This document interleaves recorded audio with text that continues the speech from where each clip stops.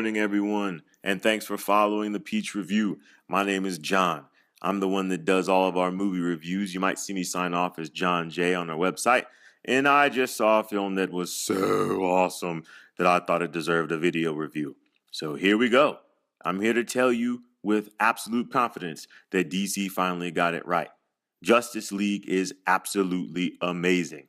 Let me describe the feels for you. It's like when you're a kid and you tell your parents the 3 things they do that aren't cool at all, and they actually listen and stop doing those things.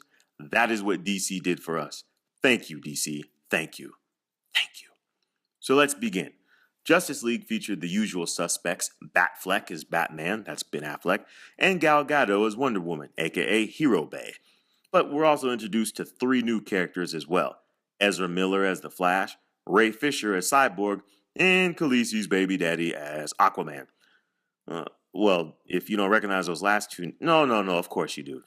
Do you watch cartoons? Do you have kids that watch cartoons? You're probably used to that version of Cyborg. And if you don't watch Game of Thrones, then, we need to ask you why you don't watch Game of Thrones. That's Jason Momoa, but why don't you watch? Yeah. Sup, bruh? The team is assembled by Batman with assistance from Wonder Woman. Their purpose? To stop a new form of evil called Steppenwolf, played by Ciarán Hinds, from collecting 3 boxes and gaining absolute power.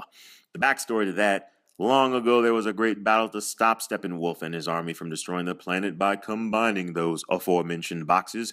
But when it looked like all was lost, it actually brought about something that had never been done before. Man, Amazonian, and those of the sea teamed up and beat Steppenwolf to the point he retreated for the first time ever. The newfound heroes agreed that the boxes were too powerful to stay together, so each box left with a different group. So that is why we now have a Justice League. I'm so happy this movie finally ties the DC universe together.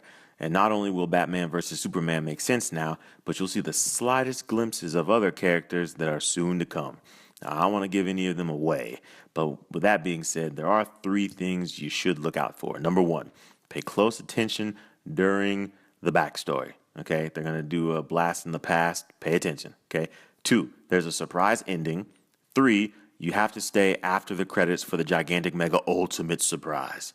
It's awesome. Also, the trailers and promo of the film probably led a lot of you to believe that Aquaman would have a bigger role on the team. Spoiler alert, he doesn't.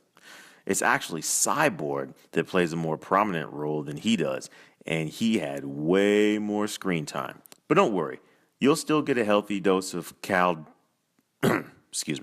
You'll get a healthy dose of Aquaman. Yeah, I agree. I thought so too. The Flash is a socially awkward kid that just so happens to have lightning speed. He lives in secret and dedicates all of his time to his dad, who's imprisoned for supposedly killing his mother. So he's socially awkward, he's a loner, and dedicates most of his time visiting his dad in jail. So as you can imagine, he doesn't need any convincing from Batman after he tells him, "I'm forming a team." Because as he says it, I need friends. Wonder Woman, aka Hero Bay, is amazing from start to finish. Just look at her. She kicked down a door. She's not afraid of anyone. She's dodging bullets, and she's about to disarm a bomb, and she's gonna whoop a couple people. But if you think about it, what exactly is her role? For me, it was really important that she would be the glue of the team. That we would track the same character that we victoriously established in the Wonder Woman movie. And I think that one of the special things that Diana has, one of the most beautiful qualities, are the fact that she just cares for people. I agree, Hero Bay. I agree.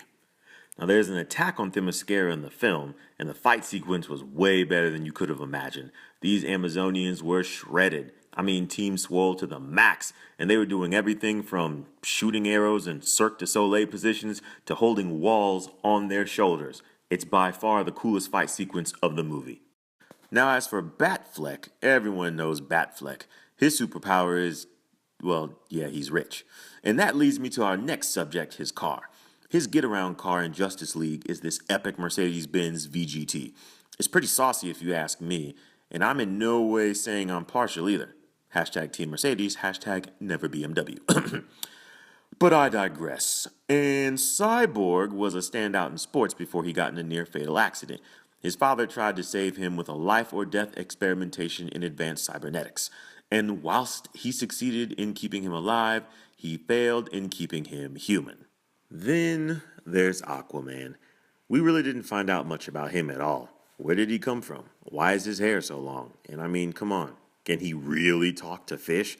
I found out he's in Iceland, but they never explained that shiny outfit he shows up with later, out of nowhere. And how'd he randomly get a Triton? See, this is why they troll Aquaman on Robot Chicken, because this stuff right here. Now, I would have preferred we saw standalone Aquaman and Flash movies before they came out with Justice League, but I'm just happy they didn't mess it up, so I'll give them a pass. And for my last trick, here's a scene from the movie with a handful of action, a sprinkle of sauce, and a tiny dose of petty.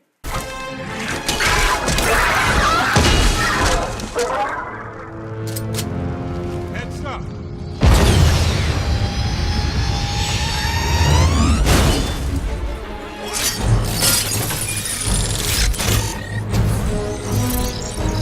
Thanks, Alfred, but I'll take it from here. Do I know you? Yeah, Alfred was literally like, do I know you, bruh?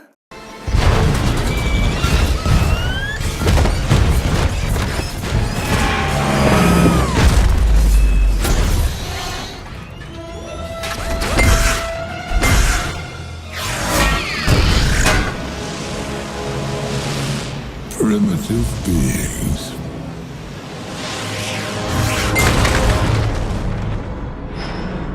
What are we under right now? Gotham Harbor.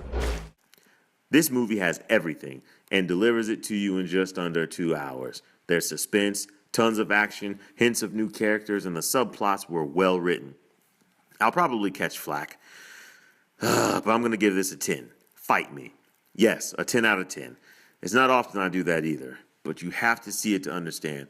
Wonder Woman is the standard now, whether DC likes it or not. And this film, at the very least, was as good as Wonder Woman. And you know what? Like, why did I see on YouTube, people are leaving movie reviews and reactions, and they're anywhere from like 22 to 48 minutes long. What is that? I just went over the whole film with backstories, images, interviews, avoided spoilers, and included actual film clips, and we haven't even touched 10 minutes. So, like, what are they doing in 48 minutes? Anyway, be sure to go see Justice League in theaters this Friday. And don't be afraid to dress up. Trust me, you won't be the only one.